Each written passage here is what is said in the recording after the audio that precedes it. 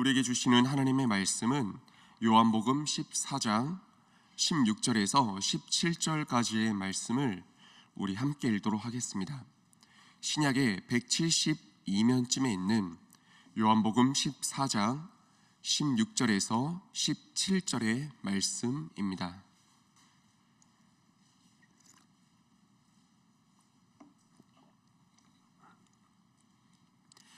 다 찾으셨으면 함께 한 목소리로 읽도록 하겠습니다. 내가 아버지께 구하겠으니 그가 또 다른 보혜사를 너희에게 주사 영원토록 너희와 함께 있게 하리니 그는 진리의 영이라. 세상은 능히 그를 받지 못하나니 이는 그를 보지도 못하고 알지도 못함이라. 그러나 너희는 그를 아나니 그는 너희와 함께 거하시며 또 너희 속에 계시겠음이라. 아멘. 은혜의 동산 성령 수양회가 진행되고 있습니다. 이제 어젯밤에 저도 이제 다녀왔는데 작년 성도님들께서 이제 그 건물 안에서 이제 구조상 1층에서 집회를 모두가 하고 계실 때 부모님과 함께 온 자녀들은 이제 어린이 은혜의 동산이라고 해서 이제 다른 건물 4층에서 별도로 진행이 되었습니다. 이제 어른들이 이제 작년 성도님들께서 하는 것처럼 동일하게 이제 어린이 은혜의 동산에서도 말씀 나누는 그런 시간들이 있고요. 또 교제, 식사 교제하는 시간들이 있고 활동하면서 서로에 대해서 알아가는 그런 시간들이 있습니다. 계속 이제 주일마다 이곳에서도 하고 있는데 성령 수양에 가서도 이제 약 50명 넘는 아이들과 함께 이제 이런 성령 수양의 어린이 은혜의 동산을 진행하고 있었습니다. 이제 어제 시작을 하는데 풍선을 나누어 주었습니다. 아이들에게 풍선을 나누어 주니 어찌나 좋아하던지요. 이제 불지 않은 풍선을 나눠 주었지만 제각기 이제 풍선을 불면서 또 이제 묶어서 또 묶지 못하는 아이들은 선생님들께 부탁을 하면서 이제 그 풍선을 자유자재로 가지고 노는 시간들을 가졌습니다. 풍선의 특징이 있지 않습니까? 제 마음대로 날아다니는 점, 작은 손짓에도 그리고 정말 바람에도 그렇게 이리저리 흔들리는 이런 특징을 가지고 있습니다. 그리고 무엇보다 풍선의 가장 큰 특징이 무엇입니까? 작은 충격에도 빵 터지는 게 풍선 아니겠습니까? 그리고 심지어 불에 스치기만 해도 터지는 게 이 풍선입니다. 그런데 오늘 말씀의 제목을 불에 터지지 않는 풍선이라고 이렇게 잡았는데 작은 충격에도 정말 불에 스치기만 해도 터지는 게 풍선이고 풍선의 특징인데 불에 터지지 않는 풍선이 있습니다. 성도님들 혹시 보신 적, 들으신 적 있으실까요? 실험을 해봤습니다. 풍선의 크기와는 상관이 없더라고요. 작든 크든 풍선은 충격에 약합니다. 불에 스치기만 해도 터지는 게 풍선입니다. 그런데 터지지 않는 경우가 있는데 그 경우는 바로 풍선 안에 물을 채워 넣었을 때는 아무리 불을 갖다 대어도 스치기만 할 뿐만 아니라 불을 직접적으로 풍선에 이렇게 갖다 대어도 밑에서 그슬려도 풍선은 말 그대로 그을릴 뿐이지 터지지 않더라고요.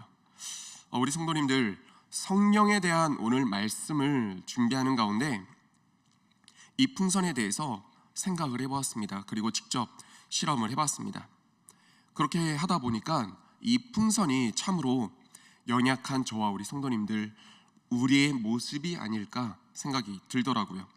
우리들 모두가 그 죄의 굴레에 갇혀가지고 이 사사기 끝장의 끝 말씀에 기록된 말씀처럼 자기 소견에 옳은 대로 우리들이 살아가면서 환경에 따라서 또 사람들의 말 한마디에 따라서 이리저리 흔들리며 사는 게 연약한 저와 우리들의 그 삶이 아니겠습니까? 이 풍선처럼요. 더욱이나 작은 충격에도 이 터지고 마는 풍선처럼 저와 우리들의 삶이 어떻습니까? 정말 외적으로 내적으로든 다가오는 그런 환경, 상황, 문제들에 이렇게 요동치고 좌절하는 게 연약한 우리의 삶이 아닙니까?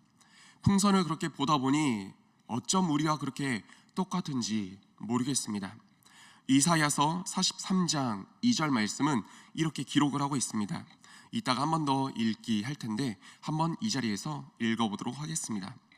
네가 물 가운데 지날 때 내가 함께 할 것이라.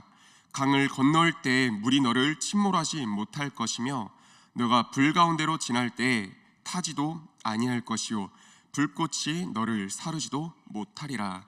이 말씀은 참으로 희망의 말씀입니다. 근데 이 말씀에 조금 더 깊이를 살펴보다 보면요, 무엇입니까? 이 세상이 물과도 같고 불과도 같다는 얘기입니다. 불과도 물과도 같은 세상 가운데서 우리들이 살아가고 있다라는 것을 전제하고 있는 말씀입니다. 물에 힘없이 떠밀려 다니고 끌려 다니는 게 풍선입니다. 불에 터지고 마는 게 풍선입니다. 그리고 동시에 저와 우리 성도님들, 우리들입니다.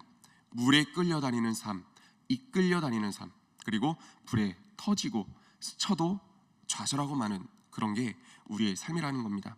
그런데 물이 채워지면 풍선은 더 이상 요동치지 않습니다. 어저께 아이들이 이렇게 막 치고 놀고 하는데 그 작은 공간 안에서 풍선이 여기저기 날아다니잖아요. 근데 풍선 안에 물이 들어가는 순간 그렇게 요동치지 않고 촥 차분하게 내려앉더라고요. 그리고 불에 닿아도 터지지 않더라고요.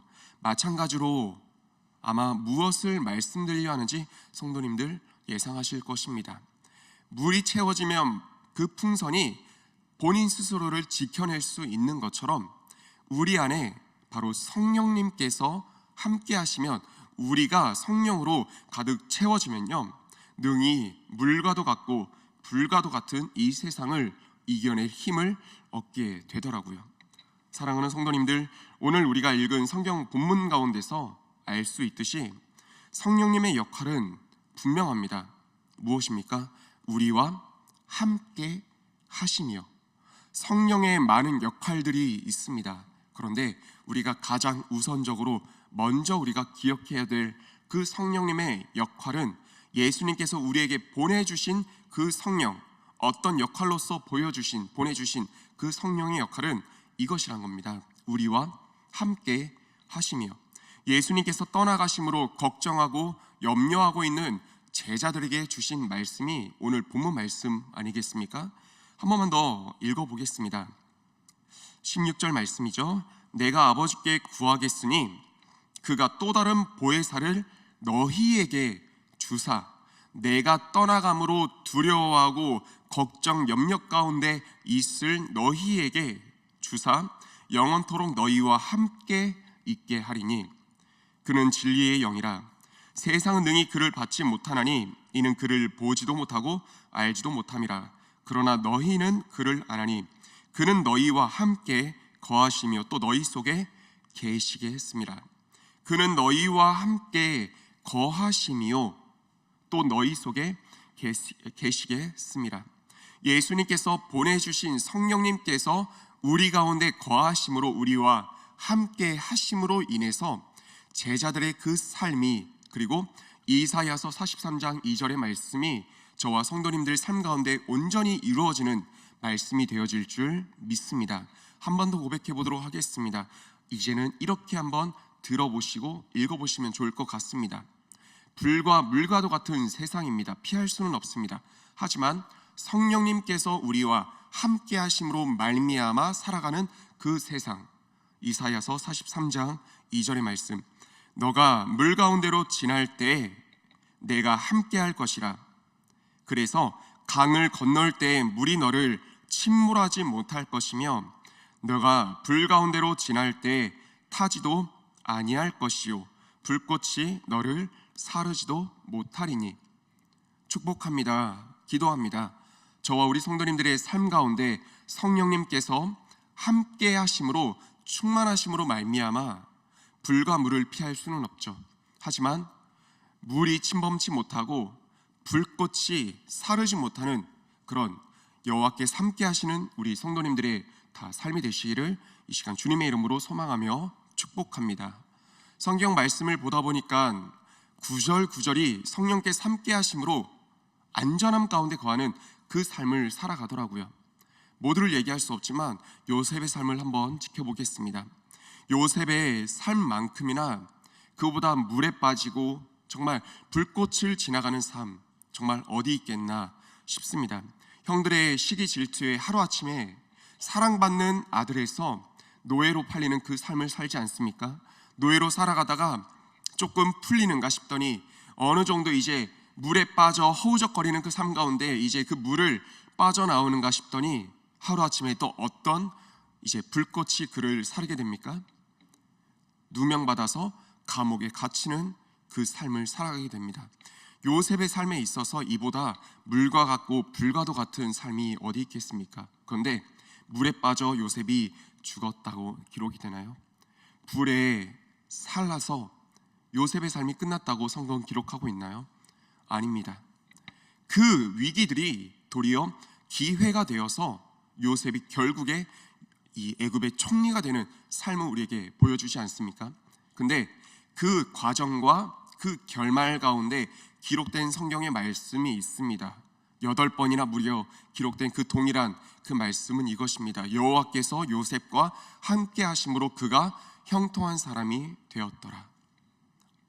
오늘 말씀으로 바꿔서 얘기한다면 성령께서 요셉과 함께 하심으로, 성령께서 우리 성도님들 삶 가운데, 자녀 손들 가운데 함께 하심으로 불과 물과도 같은 세상 가운데서도 그럼에도 불구하고 형통한 사람이 되어서 그 결론을 맛보게 되었더라. 가나안 땅에 들어가게 되었더라. 성도님들, 이 말씀 붙잡고 기도하시기를 소망하며 축복합니다. 성경 말씀 우리에게 주시는 하나님의 말씀 아니겠습니까?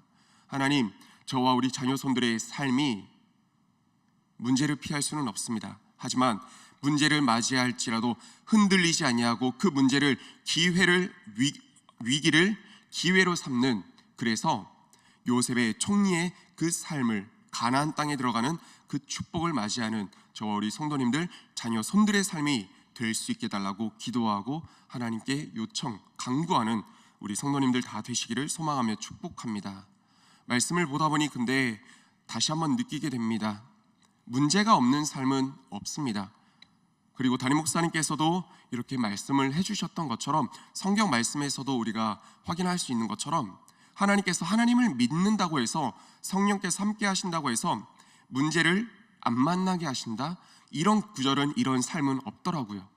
이사야서 말씀처럼 불과 물은 언제나 이 삶 가운데 도사리고 있습니다. 예수님의 제자들, 심지어 그 제자들조차 예수님과 함께 있을 때 그들이 배가 언제나 불러 있었나요?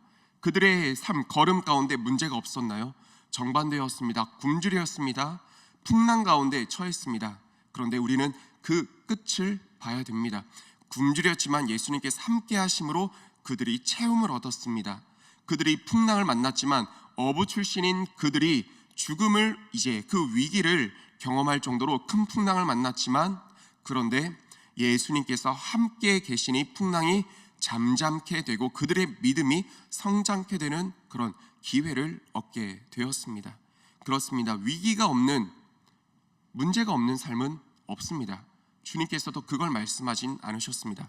그런데 성령께서 함께 하심으로 말미암아 언제나 위기는 기회가 되었다는 그것을 기억하는 저와 우리 성도님들 되시기를 소망하며 축복합니다. 아멘. 한 가지만 더 살펴보고 말씀을 맺겠습니다. 우리가 흔히 성령 받아라, 성령 충만 받아라, 이렇게 표현을 하지 않습니까? 근데 오늘 말씀을 준비하면서 이제 한 영상을 살펴보니 한 교수님께서 이런 표현을 설명해 주시더라고요.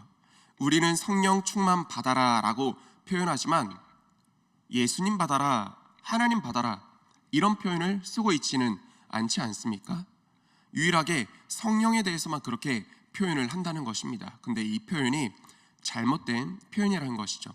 성삼위 하나님, 우리 성령님께서도 성령 하나님이신데 예수님 받아라 이런 표현 안 쓰는 것처럼 성령 받아라, 성령님 이렇게 냅다 던진다고 해서 받는 그런 분은 아니시니까요. 한마디로 성령, 예수님을 우리 마음 가운데 모시는 것처럼, 성삼위 하나님을 우리 마음 가운데 모시는 것처럼 성령 받아라, 이것은 이제 다르게 옳게 표현하면 성령님을 내 마음 가운데, 삶 가운데 주인으로 모신다는 것입니다. 성령을 내 삶의 주인으로 모시어서 삶의 인도함을 받는 것, 이게 옳게 얘기할 수 있는 성령 충만이라는 것이죠. 그래서 성령께서 우리 삶 가운데, 내 삶 가운데 인도하시고 주장하시면, 담임 목사님께서도 이 기도하실 때 이런 기도를 하신 적이 있었는데, 제가 이 기도가 너무나 붙잡고 이제 함께 제 기도로 삼고 싶더라고요. 지름길 걷는 길, 지름길을 걷는 삶, 고든 길을 걷는 삶. 그런데 성령께서 함께 거하시지 않으면 돌아가는 인생, 낭비하는 인생. 그래서 성령께서 함께 하심으로 지름길을 걷는 인생 되게 해달라고, 옳은 길, 고든 길을 걷는 인생 되게 해달라고. 이제 이 기도를 제가 딱 담임 목사님 강단에서 듣고 나서는 제가 담당하고 있는 중등부 아이들을 위해서 기도할 때 늘 이 기도를 하게 되더라고요. 주님께서 함께 하심으로 말미암아 돌아가거나 낭비하는 인생이 아니라 지름길 걷는 그 인생길 되게 해달라고. 근데 정말 성령의 인도함을 받는 게 너무나 중요하구나 라고 삶 가운데서 절실하게 느꼈을 그 경험이 있었습니다. 바로 얼마 전이었는데, 이 한 가지 예만 들고 이제 마치도록 하겠습니다. 얼마 전에 교육부에서 이제 워크숍, 이제 MT를 다녀온 때가 있었습니다. 근데 이제 우리 전도사님들께서는 먼저 출발하시고, 저는 당시에 이제 교회 행사가 있어서 아주 좀 뒤늦게 출발을 했습니다. 그래서 알려준 주소를 내비게이션에 검색을 하고 이제 출발을 했어요. 근데 이제 밤늦게 좀 출발을 했는데, 그렇게 한창 목적지를 검색해서 딱 가는데 막상 도착해 있는 곳이 제가 원래 가려던 그곳과 말 그대로 정반대였던 것입니다. 적나라하게 말씀을 드린다면 제가 가야 할 곳은 대부도였습니다. 근데 이제 그 목적지 어떤 펜션을 검색해서 갔는데 같은 이름이 두 개가 있더라고요. 분명히 제가 눈 뜨고 확인했다 생각했는데 가평에 있는 그 펜션을 제가 찍고 열심히 갔더라고요. 성도님들, 지금 지도를 보여드릴 수는 없지만 지도상에 보니까 어떻게 되어 있는지 아십니까? 우리 은평교회가 중앙에 있으면 가평은 오른쪽 끝에, 대부도는 왼쪽 끝에 있더라고요. 그렇게 열심히 달려갔는데 결국 제가 도착한 목적지가 가평이었다는 것입니다. 그때 그 허탈함 얼마나 큰지 여러분들, 우리 성도님들 아십니까? 근데 다시 이제 목적지를 제대로 검색하고 깨달았으니까 이제 와야 될 거 아니에요. 근데 하필이면 또 이제 막히는 시간이다 보니까 정말 2시간 반 정도가 걸리더라고요. 근데 돌아오는 길에 제 기분이 어땠을까요? 막 화가 너무 났을까요? 이 표현은 좀 나쁜 말이지만 짜증이 났을까요? 아니더라고요. 화도 하나도 나지 않고 짜증도 나지 않고 정말 웃으면서 왔습니다. 오히려 감사하면서 왔습니다. 뭐냐면 이 과정 가운데서 정말 깨닫게 되는 게 있더라고요. 내 인생 목적지와 그 방향 잘못 잡히면은 이렇게 낭비하는 삶을 살게 되는구나. 시간 낭비하죠. 기름을 또 바닥에 쏟으면서 또 톨게이트를 하죠. 여러 개를 지나면서 물질적으로도 낭비하죠. 또 이제 당시에 우리 전도사님들 열심히 고기를 먹고 있었는데 저는 고기도 먹지 못하고 또 굶주린 많은 것을 손해보고 낭비하게 되지 않습니까? 뭐 때문에요? 목적지를 잘못 잡아서요. 우리 성도님들, 우리 삶의 목적지요, 나아갈 방향 누가 잡아줍니까? 내가 잡으려 하니 이렇게 오타가 많습니다. 돌아가는 인생, 낭비하는 인생 살게 됩니다. 우리 인생의 목적지 방향을 분명하게 알려주실 수 있는 분이 있습니다. 성령님이라는 겁니다.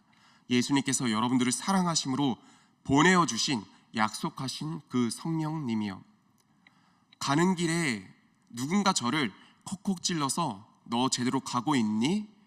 얘기만 해주었으면 중간이라도 목적지를 바로 검색해서 돌아왔을 것입니다. 그런데 저는 이제 알려주는 사람이 없었기 때문에 제가 가는 길이 옳다 생각해서 쭉 갔습니다. 성도님들, 우리 삶에서도 이런 일이 많더라고요. 잘 가고 있다 생각했는데 나중에 가서 보니까 잘못된 길. 근데 그때마다 필요한 게 뭔지 아세요? 점검하는 거예요. 내가 가는 길이 올바른 길인지, 올바른 목적지를 향해 가고 있는지 점검하는 거예요. 근데 그 점검 어떻게 하는지 아세요? 말씀과 기도를 통해서, 특별히 은혜의 동산을 하면서 제가 깨닫게 된 것이, 성령 수양회를 하면서 깨닫게 된 것이 그것입니다. 이 인생의 목적지와 방향을 다시 한번 하나님 앞에서 깨닫고 돌아보는 시간을 갖게 되더라고요. 특별히 이번 성령 수양회를 통해서 이 주제가 성령을 가지고 하지 않습니까? 기도하는 가운데 하나님께서 나아갈 그 방향에 대해서 분명하게 일러주시는 시간이 이 성령 수양회이더라고요. 그래요, 연약하기에 우리가 지나온 길, 걸어가고 있는 그 앞길 잘못됐을 수 있습니다. 그런데 성령 수양의 이 시간들을 통해서 성령께서 분명하게 잘못된 길을 바로 잡아주시는 줄 믿습니다. 이렇게 삶의 중간중간, 순간순간에 그 길을 바로 잡는 게 필요하다는 것입니다. 그래서 성도님들, 이 시간에 한 번 더 권면과 부탁을 드려봅니다. 성도님들께서 나아갈 그 길, 목적지 방향 올바로 잡기 위해서, 점검하기 위해서, 자녀손들의 그 삶까지도 성도님들께서 점검하고 옳게 알려주기 위해서 교회에서 하는 이런 성령 은혜의 프로그램들 가운데 적극적으로 참여하게 되는 우리 성도님들 되시기를 소망하며 축복합니다. 누굴 위해서요? 성도님들 위해서요. 다음번 기수 은혜의 동산 때 섬김이로든 게스트로든 꼭 참여하셔서 이렇게 말씀으로, 성령으로 여러분들의 삶을 점검받고, 그래서 옳게 길을 가고 지름길을 가고 고든 길을 걸어 나가시는 우리 모든 성도님들의 축복된 삶 다 되시기를 이 시간 주님의 이름으로 소망하며 축원드립니다. 아멘. 함께 기도하겠습니다. 이 시간 기도할 때 주의 말씀 약속을 기억하고 의지하고 붙잡으면서 기도하십시오. 하나님, 말씀하신 성령을 내 삶 가운데, 자녀 손들 가운데 허락하여 주시고 부어 주시옵소서. 그래서 주님께서 함께 하심으로 불가도 같고 물가도 같은 세상을 살아가는 동안 흔들리지 않게 하시고 터지지 않게 하여 주시고 그 모든 위기를 기회로 삼아 살아갈 수 있는 우리의 삶이 될 수 있게 해달라고 성령을 초청하며 기도하며 나아가겠습니다. 그리고 또 한 가지 기도할 때는 성령님께서 함께 하심으로 말미암아 우리 삶을 하나님 바로 점검하게 하여 주옵소서. 혹시나 걸어가는 그 길이, 목적지와 방향이 잘못되어 있었습니까? 하나님 깨닫게 하여 주심으로 돌이키게 하여 주시고 지금이라도 옳은 길을 가고 고든 길을 가고 지름길을 걸어 나가는 저와 우리 모든 자녀손들의 삶이 될 수 있게 해달라고 이 말씀 붙잡고 함께 기도하며 나갔으면 좋겠습니다. 오늘 말씀 기억하시며 다 함께 주여 한번 외치고 통성으로 기도하시다가 자유롭게 돌아가겠습니다.